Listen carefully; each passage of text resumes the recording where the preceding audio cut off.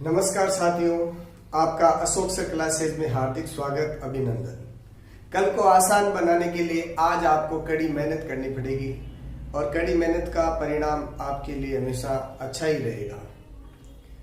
आज हम त्रिकोणमिति पढ़ रहे हैं। त्रिकोणमिति हमारे माध्यमिक शिक्षा बोर्ड के अंक भार के अनुसार 8 नंबर की है।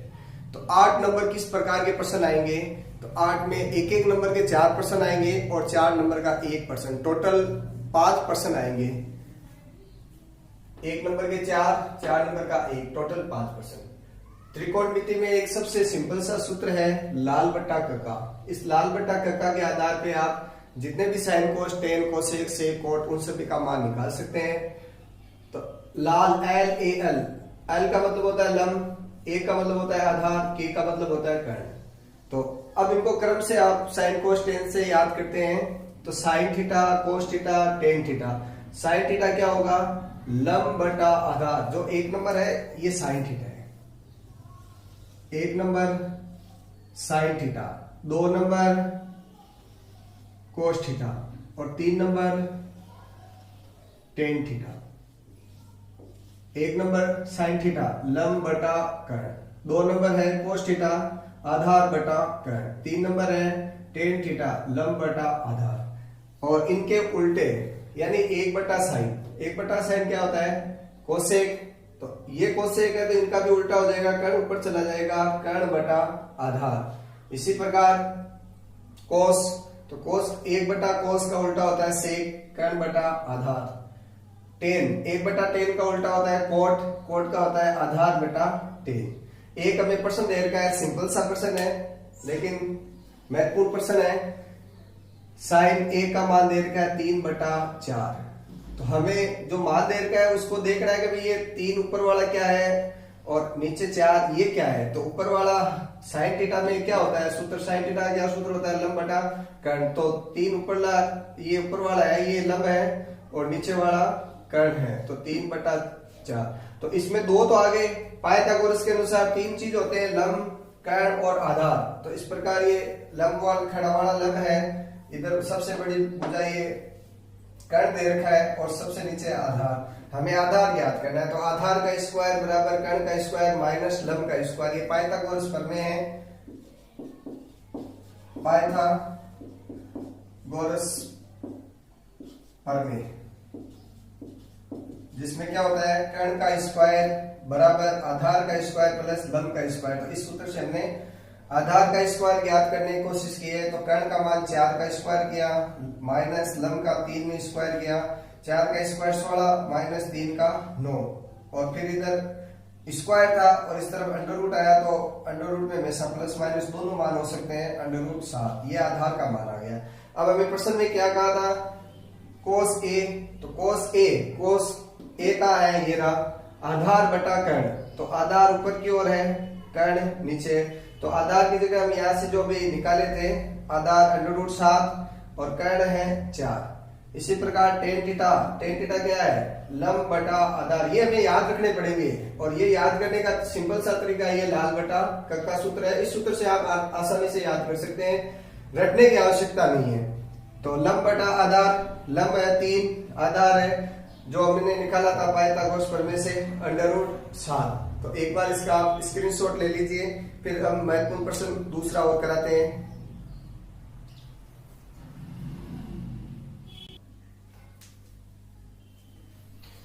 तो अब की बार एक नया प्रश्न है। पहला प्रश्न है, महत्वपूर्ण प्रश्न है, इसको थोड़ा सा समझना है।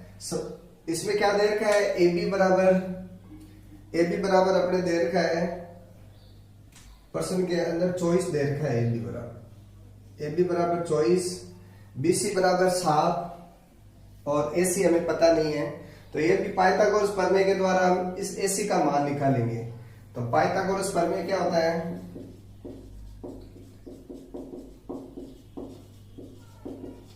पाइथागोरस प्रमेय, तो कर्ण का स्क्वायर, क्योंकि इसमें कर्ण ही निकालना है, कर्ण का स्क्वायर बराबर आधार का स्क्वायर प्लस लंब का स्क्वायर। आधार कितना है इसमें? 7 और प्लस 24 का स्क्वायर। तो 7 का स्क्वायर 7 7 49 और 24 का स्क्वायर अपने 576। इनकी जोड़ करते हैं तो 5 हासिल की 1, 7 4 11, 1 12 हासिल की 1 और 1 625। ये किसका मान है? कर्ण स्क्वायर का मान है। किसका मान है? कर्ण स्क्वायर। तो हमें कर्ण का मान चाहिए। कर्ण बराबर अंडर रूट 625 और अंडर रूट 625 मान होता है 25, यानी 25 का जो वर्ग है ना, 25 25 625, तो ये इसका मान है। और 24 का वर्ग होता है 576। हमारे पास कर्ण आ गया। अब इस कर्ण को कर्ण की जगह ही लिख देते हैं, क्योंकि सबसे बड़ी भुजा कर्ण होती है, तो हम इस कर्ण की जगह कर्ण ही लिख देते हैं। ये कर्ण है, बाकी चेंज हो सकते हैं, लेकिन सबसे बड़ी भुजा कर्ण होती है। पहला क्या है? साइन ए। अब इनको आप ध्यान से देखेंगे। ए, तो साइन ए जो यहाँ थीटा दे रखा है उसके सामने वाला लंब होता है। जो थीटा दे रखा है इसके सामने वाला लंब गिना जाता है। तो आपको ये विशेष ध्यान रखना है, थीटा के सामने वाला ही लंब है। तो ये रहा साइन ए, तो इसके सामने इस 7 को आप क्या मानेंगे? लंब। तो साइन थीटा बराबर क्या होता है? लंब बटा कर्ण।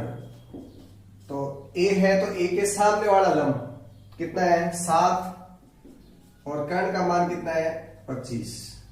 इसी प्रकार कोस ए, तो कोस थीटा क्या है? आधार बटा कर्ण, आधार बटा कर्ण। तो इसमें लंब तो कौन सा हो गया? इसके सामने वाला लंब है, बाकी बच गया वो आधार। तो आधार कितना आ गया? 24 बटा 25। कर्ण हमेशा सबसे बड़ी भुजा ही है। अब देखो साइन सी, साइन सी जो थीटा दे रखा है उसके सामने वाला लंब होता है, ये हमें मान के चलना है। अब क्यों लंब कौन सा है? इसके सी के सामने थीटा वाला है, तो इसके सामने 24 है, ये लंब है अब की बार। तो साइन थीटा बराबर क्या होता है? लंब बटा कर्ण, लंब बटा कर्ण। तो अब क्यों लंब कौन सा माना जाएगा? सी के सामने वाला 24 बटा कर्ण। कर्ण का मान कितना है? 25। कोस सी का क्या सूत्र है? आधार बटा कर्ण। अभी हमने लंब तो 24 को माना था, थीटा के सामने वाला, तो बाकी ये आधार बच गया। आधार है 7 और कर्ण है 25। तो ये आप कंफ्यूजन मत होना कि भाई साइन ए और कोस सी दोनों एक ही है, जबकि दोनों एक नहीं है। आप इसको विशेष रूप से ध्यान से देखेंगे। हमें यह नहीं बताया जाता है कि इसके सामने वाला लंब है या नहीं है, केवल सीधा आंसर निकाल के दे देते हैं। तो आप इसको विशेष रूप से ध्यान से देखेंगे।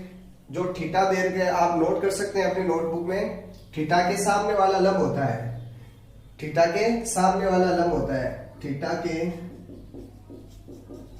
सामने वाली भुजा लंब होती है, लंब होती है। इसको आप नोट करेंगे स्टार लगा के।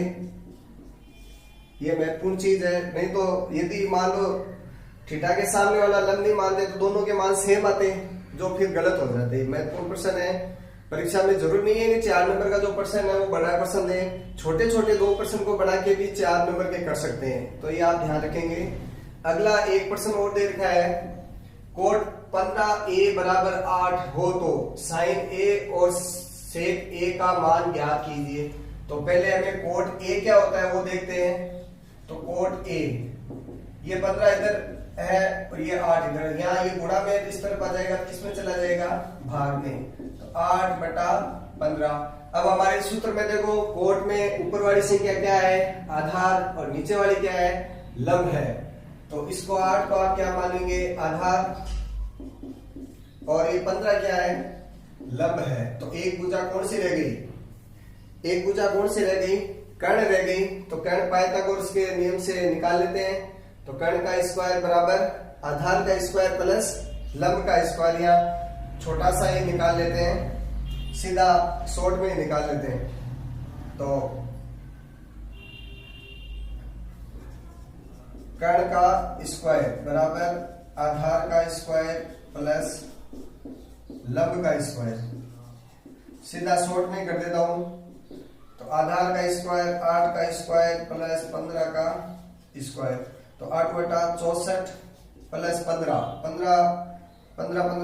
225, और इनको जोड़ते हैं 5 4 9 और 8 और 2 289, और ये 289 किसका वर्गमूल होता है? अपने 17 का होता है क्या? 17 का होता है। तो इसका मान कितना आ गया? 17। तो कोट में ये कर्ण का मान कितना आ गया हमारे पास? 17 आ गया। तो अब साइन ए का मान निकालना आपको। साइन ए बराबर क्या होता है? लंब बटा कर्ण, लंब बटा कर्ण। तो लंब कितना है इसमें? देर क्या, देखो लंब है 15, कर्ण अभी हमने निकाला है 17। इसी प्रकार सेक ए बराबर क्या है? सेक का है मान, देखिए कोस का उल्टा सेक है, कर्ण बटा आधार, कर्ण बटा आधार। तो कर्ण कितना है निकाला था अभी? 17, और आधार कितना है? आधार 8 दे रखा है। तो इसका आंसर क्या हो गया? 8 बटा 17। तो इस प्रकार ये महत्वपूर्ण प्रश्न है। प्रश्न देखते हैं तब तो आपको कठिन लगेगा, लेकिन जब आप इसको सरल करेंगे तो एकदम आसान लगेगा। और अगले जो वीडियो में हम पढ़ेंगे सर्व समीकरण हैं इसके अंदर, और पूरक संख्याएं हैं वो पढ़ेंगे। मैं आपसे निवेदन करता हूं आप मेरे चैनल को लाइक शेयर और सब्सक्राइब कीजिए, और अपने दोस्तों को भी इस वीडियो को भेजिए। धन्यवाद।